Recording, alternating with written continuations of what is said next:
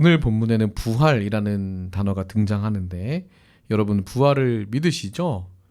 네, 대부분 이제 교회를 다니시고 복음을 들으신 분들은 그렇다고 대답하실 것입니다. 그런데 정말 중요한 질문이 있습니다.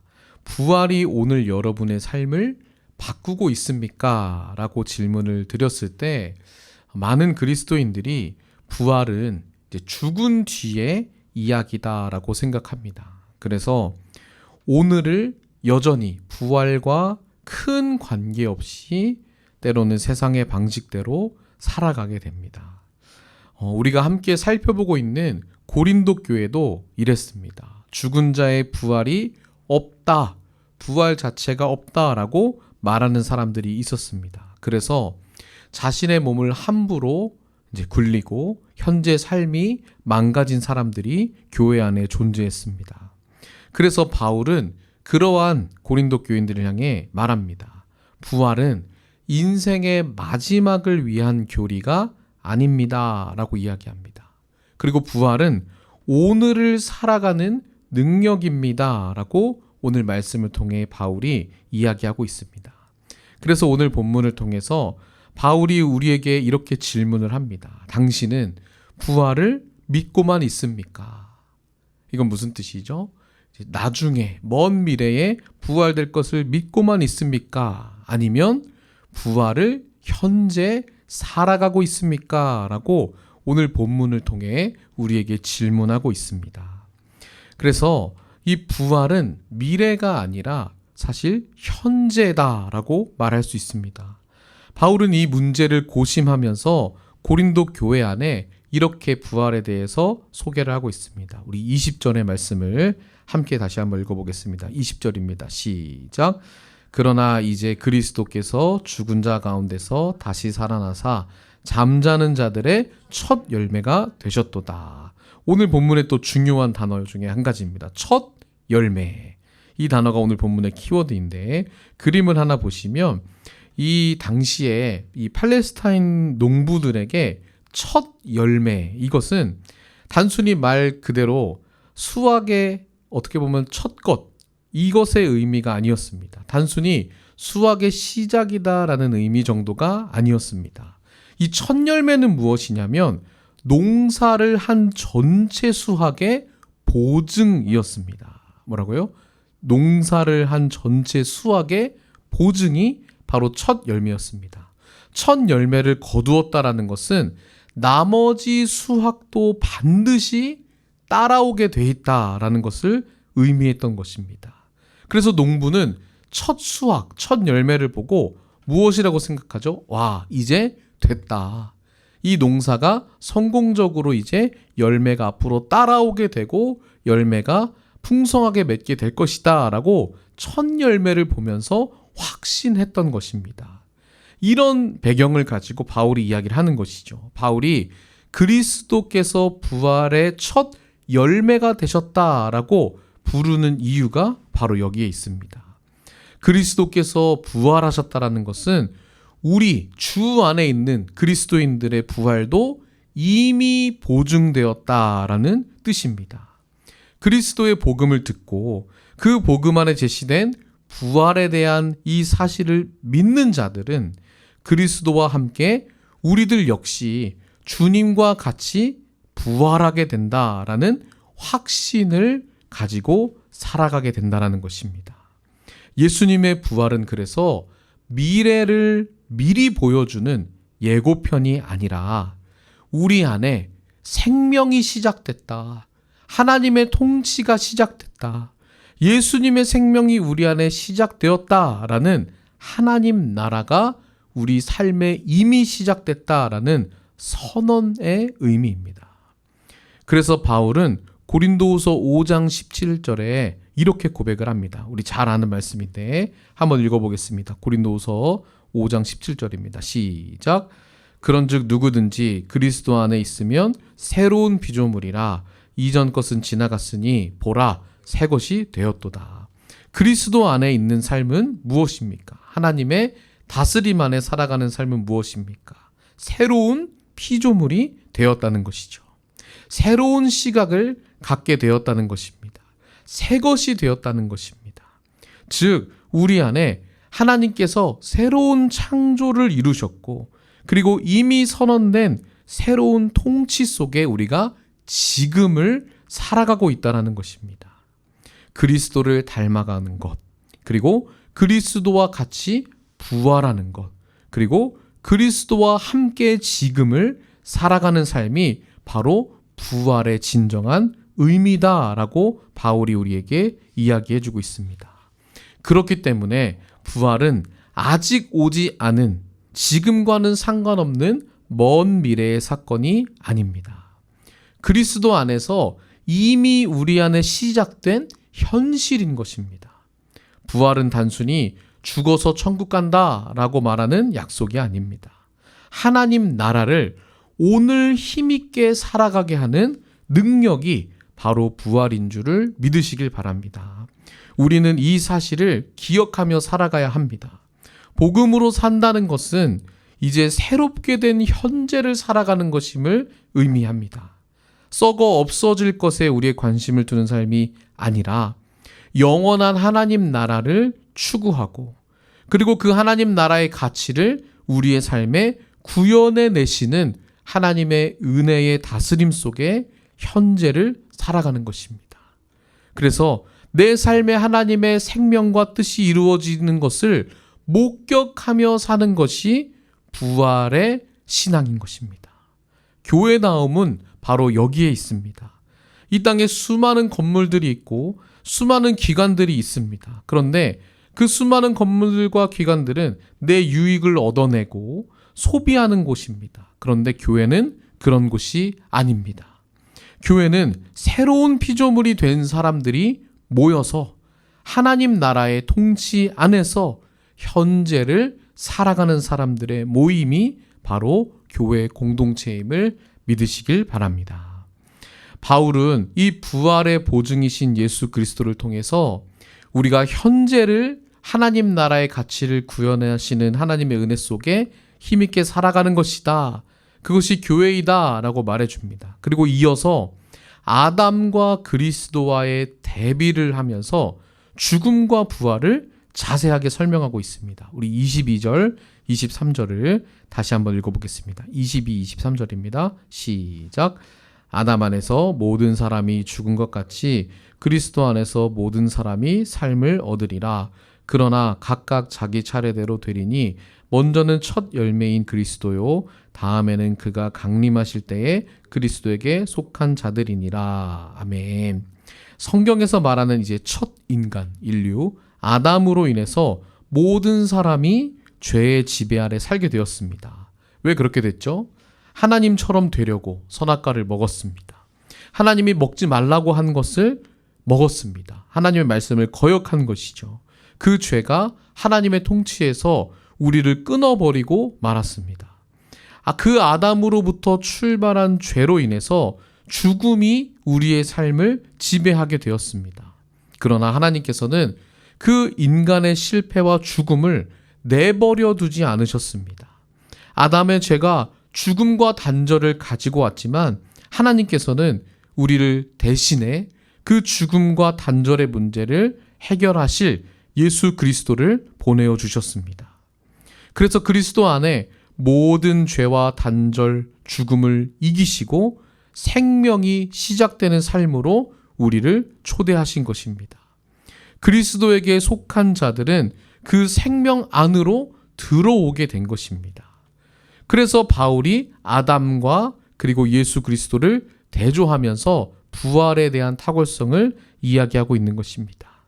이것이 중요합니다. 생명 안으로 초대된 우리 그리스도인들은 부활을 그저 기다리는 사람들이 아닙니다. 부활하신 그리스도 안에 이미 들어온 사람들이 바로 우리입니다. 그리고 그것이 우리의 정체성입니다. 그런데 고린도 교회 안에 자리 잡은 이 잘못된 신앙이 있었죠.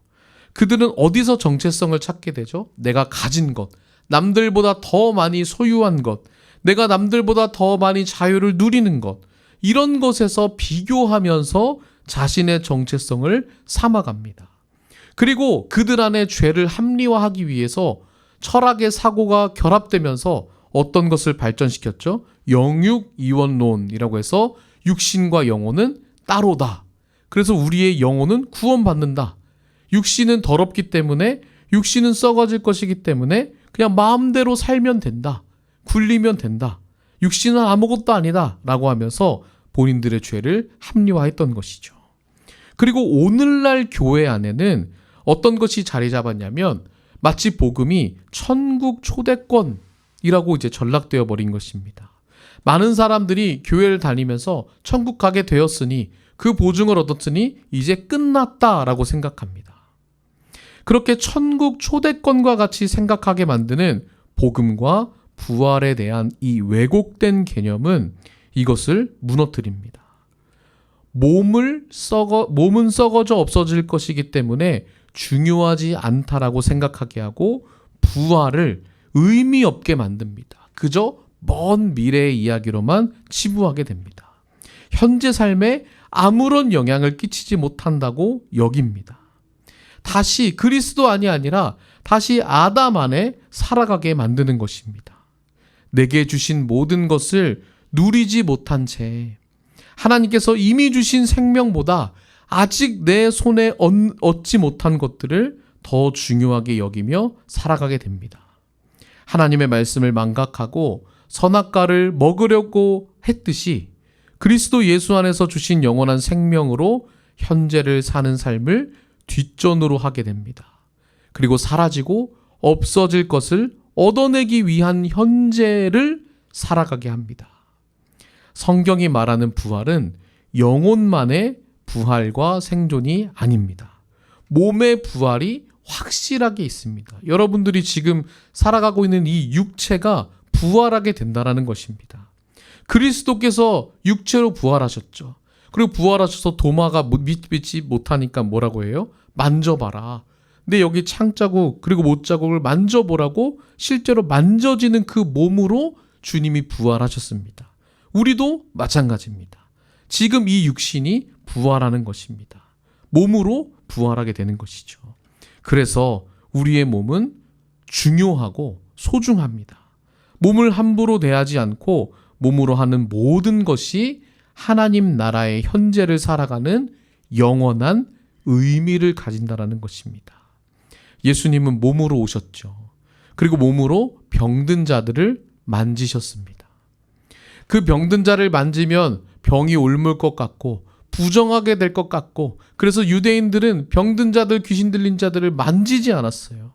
맹인들도 건들지 않았습니다. 그런데 예수님은 몸으로 오셔서 그들을 만지셨죠. 몸으로 그들에게 안수하셨습니다. 그리고 예수님께서는 몸으로 십자가를 지셨죠. 그리고 예수님께서는 몸으로 부활하셨습니다. 그리고 오늘 우리의 몸으로 드리는 예배도 우리가 우리의 육신을 가지고 이 자리에 와서 몸으로 드리며, 그리고 몸으로 하는 모든 섬김들, 그리고 여러분들이 또 월요일부터 시작되는 일상 속에서 몸으로 흘리는 땀과 눈물, 모든 것이 하나님 앞에 결코 헛된 것이 아님을 믿으시길 바랍니다. 예수님뿐 아니라 우리 역시 몸으로 부활합니다. 예수님 한 사람으로 인해서 부활을 살아가는 우리는 주님 다시 오실 그때에 우리의 몸이 일어나서 주를 맞이하게 되는 그런 영원한 생명을 얻은 복이 있는 사람이 여러분들의 정체성임을 믿으시길 바랍니다. 이 사실은 주님을 기다리는 현재를 살아가게 합니다. 이 사실은 우리에게 주신 영원한 생명을 주님을 닮아 기꺼이 전하는 삶을 살아가게 합니다. 그리고 바울은 부활이 현재인 사람은 삶의 방식이 달라진다라고 이야기합니다. 그래서 바울은 이렇게 고백을 합니다. 우리 32절을 함께 읽어보겠습니다. 32절입니다. 시작. 내가 사람의 방법으로 에베소에서 맹수와 더불어 싸웠다면 내게 무슨 유익이 있으리요? 죽은 자가 다시 살아나지 못한다면 내일 죽을 터이니 먹고 마시자 하리라 라고 이야기합니다. 바울이 복음을 전하면서 맹수처럼 달려드는 사람들로 인해서 목숨을 잃을 뻔했습니다. 이 바울이 복음을 전하면서 몇 번이나 맞고, 그리고 몇 번이나 돌에 던짐을 받고, 몇 번이나 낭떠러지로 떨어질 뻔한 그 목숨의 위험을 받았던 적이 굉장히 많았습니다. 그런데 바울은 그럼에도 불구하고 자신의 육신을 복음을 전하는 일에 끊임없이 내던지고 그것을 포기하지 않았습니다. 그것은 인간적인 동기로 인함이 아니라 부활하신 예수 그리스도 안에서 자신이 무엇을 위해 존재하고 무엇을 위해 살아가야 하는지를 분명히 알았기 때문이었습니다. 그래서 바울은 이렇게 얘기합니다. 부활이 정말 여러분들이 말하는 것처럼 없다면 어차피 죽을 몸, 없어질 몸, 먹고 마시자라고 그렇게 나도 말할 수 있겠다. 나도 그렇게 내 몸을 함부로 먹고 마시고 그렇게 어차피 없어질 몸 함부로 굴리자라고 그렇게 말하며 그렇게 삶을 대할 것이다라고 말합니다. 그러나 바울은 연이어서 이렇게 얘기하죠. 확실히 부활이 있고 그것이 첫 열매이신 예수 그리스도로 드러났고 그 주님의 부활을 경험한 현재를 살고 있는 우리는 먹고 마시자 하는 삶이 아니라 죽음과 같은 위협과 손해와 그 상황 속에서 복음을 전하는 삶을 여전히 나는 살아갈 것이다.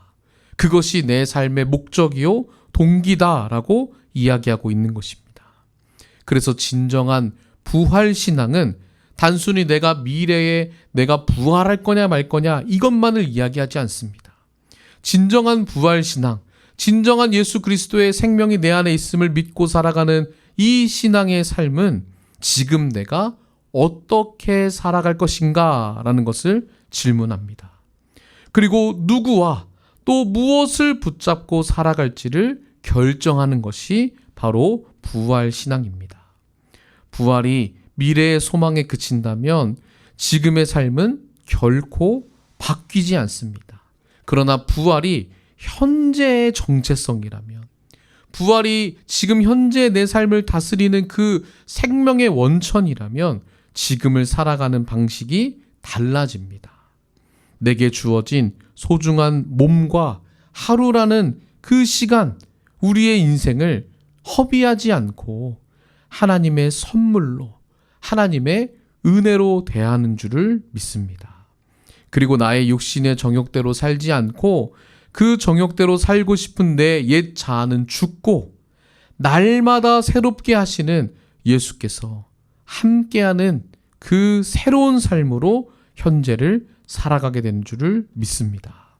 그렇게 살기를 갈망하는 사람, 그렇게 내 삶을 인도해 주시기를 기도하는 사람이 바로 참된 부활신앙을 가진 사람임을 믿으시길 바랍니다. 그래서 바울이 이렇게 고백을 한 것입니다. 우리 31절의 말씀을 함께 읽겠습니다. 31절입니다. 시작. 형제들아, 내가 그리스도 예수 우리 주 안에서 가진 바 너희에 대한 나의 자랑을 두고 단언하노니 나는 날마다 죽노라 라고 이야기합니다. 복음을 위해 죽음과 위협을 마다하지 않고 괴로움과 외로움 속에서도 포기하지 않으면서 인간적인 방식이 아니라 하나님 방식을 끝까지 붙들고 살아낼 능력이 어디에 있습니까? 바로 내가 죽고 내 안에 계신 예수 그리스도의 부활의 생명으로부터 주어진다라는 것을 믿으시길 바랍니다. 그래서 부활은 단순히 죽은 뒤에 살아나는 사건이 결코 아닙니다. 오늘 내 안에서 예수님이 살아가시는 삶임을 믿으시길 바랍니다. 그렇기에 부활을 믿는 사람은 더 오래 사는 것이 목표가 아니라, 더 많이 갖는 것이 목표가 아니라 예수님처럼 살아가며 예수님을 닮아가는 것이 목표입니다. 그래서 바울은 나는 날마다 죽노라 라고 말한 것입니다. 바울은 그렇게 부활에 초대되어 살아가는 자들을 향해 이렇게 권면합니다. 58절, 우리 읽진 않았지만 오늘 15장 마지막 절인데 58절의 말씀을 함께 읽어보겠습니다. 시작. 그러므로 내 사랑하는 형제들아, 견실하며 흔들리지 말고 항상 주의 일에 더욱 힘쓰는 자들이 되라. 이는 너희 수고가 주 안에서 헛되지 않은 줄 알미라. 뭐라고 얘기하죠? 너희 수고가 주 안에서 헛되지 않다라고 이야기합니다. 이것은 교회에 나온 목적을 분명히 아는 사람들의 수고입니다. 부활을 믿는 사람은 죽음을 두려워하지 않습니다. 부활을 믿는 사람은 외로움을 두려워하지 않습니다. 그래서 자기 생명을 붙드는 사람이 아니라 자신과 자신에게 주신 모든 것을 기꺼이 주를 위해 내어주는 사람이 됩니다. 지금 내가 하고 있는 섬김, 지금 내가 견디는 고난, 지금 내가 죽고 예수로 살며 포기하고 손해받는 모든 것들이 부활 안에서 영원한 의미를 가진다는 것을 분명히 알고 그렇게 살아갑니다. 현재 그렇게 부활의 신앙을 붙들고 살아가는 여러분의 인생은, 그리고 그 모든 수고는 결코 헛되지 않음을 믿으시길 바랍니다. 이런 모습으로 살아가는 교회가 있을까요? 이런 모습으로 살아가는 교회가 정말로 실존했을까요? 사도행전 2장에 보면 초기 교회 모습이 나타납니다. 이 교회가 실존했음을 우리에게 보여줍니다. 사도행전 2장 44절, 46절, 44, 45, 46절을 함께 읽어보도록 하겠습니다. 함께 읽겠습니다. 시작. 믿는 사람이 다 함께 있어 모든 물건을 서로 통용하고 또 재산과 소유를 팔아 각 사람의 필요를 따라 나눠주며 날마다 마음을 같이하여 성전에 모이기를 힘쓰고 집에서 떡을 떼며 기쁨과 순전한 마음으로 음식을 먹고라고 이야기합니다. 이 초기 교회는 부활을 믿지만 않았습니다. 부활의 말씀을 나누고 부활의 말씀을 설교만 한 것이 아니라 부활을 현재 실제로 살아냈습니다. 당시에 이 초기 교회 안에 역사 속에 이런 이야기들이 있습니다. 당시에 역병이 로마 안에 가득히 돌았습니다. 그런데 역병이 돌면 우리 지금 이 시대처럼 의료기술이 발달되지 않다 보니까 격리시킬 뿐만 아니라 걸린 사람들을 쉽게 그 목숨을 끊어버립니다. 불에 태우거나. 그래서 이 역병이 돌자 많은 사람들이 가족조차 버리고 도시를 떠나며 흩어집니다. 그런데 그리스도인들은 그 병든 사람들을 버리지 않습니다. 이 당시 초기 교회 사람들은 병든 사람들 곁에 남아있고 거기서 자신들도 그 병에 옮겨져서 죽을 수 있는데, 그런데 그들은 그들 곁에 계속 남아서 그들의 병을 돌보았습니다. 그래서 실제로 그리스도인들 중에 어떤 사람들은 죽었고 어떤 사람들은 살아남았습니다. 자기 목숨이 위협받는데도 병자들을 향해 나아간 것입니다. 사람들은 초기 교회의 그리스도인들을 보고 그런 모습을 보면서 전혀 이해하지 못했습니다. 왜 저들은 저렇게까지 하는가라고 생각했습니다. 로마 사회는 철저하게 신분으로 사람을 나누는 시대였습니다. 이 시민과 노예, 그리고 남자와 여자, 부자와 가난한 자가 철저하게 구분되어 있었습니다. 그런데 교회 안에서는 전혀 정반대의 일이 일어났습니다. 서로를 형제요, 자매라라고 불렀습니다. 병든 사람을 돌볼 뿐만 아니라 버려진 고아들이 수도 없이 많았는데 그 고아들을 품고 길러내기까지 했습니다. 죽어가는 사람들을 끝까지 그 곁에 서서 지키고 돌보던 사람들이 초기 교회의 그리스도인들이었습니다. 세상의 방식으로 볼 때 도저히 이해하지 못하는 삶의 방식이었습니다. 그런데 그리스도인들이 그렇게 살아간 이유는 단 하나였습니다. 그들은 주 안에서 부활이 이미 시작된 새로운 삶임을 믿었기 때문입니다. 주님 안에서 부활이 이미 내 안에 새롭게 시작되었고 그 부활의 세상 속에서 살아가던 사람들이었기 때문에 죽음도, 그리고 사람들의 조롱도, 그리고 괴로움과 외로움도, 유혹도 그들의 이 삶의 방식을 막을 수 없었습니다. 부활신앙이 삶의 방식을 완전히 바꿨던 것입니다. 그래서 자기 보존과 자기의 재산을 축적하거나 그리고 자기의 어떤 그 축적된 부로 자기 정체성을 규명하는 삶이 아니라 자신의 삶을, 자신의 생명을 기꺼이 나누는 삶으로 그들의 삶의 방식이 바뀌었던 것입니다. 그리고 그들의 삶의 방식을 통해서 세상이 바뀌었던 것입니다. 로마 제국이 교회를 수없이 핍박해도 교회 안에 그 들어온 생명의 불씨, 복음의 불씨가 꺼지지 않았던 이유가 바로 여기에 있었던 것입니다.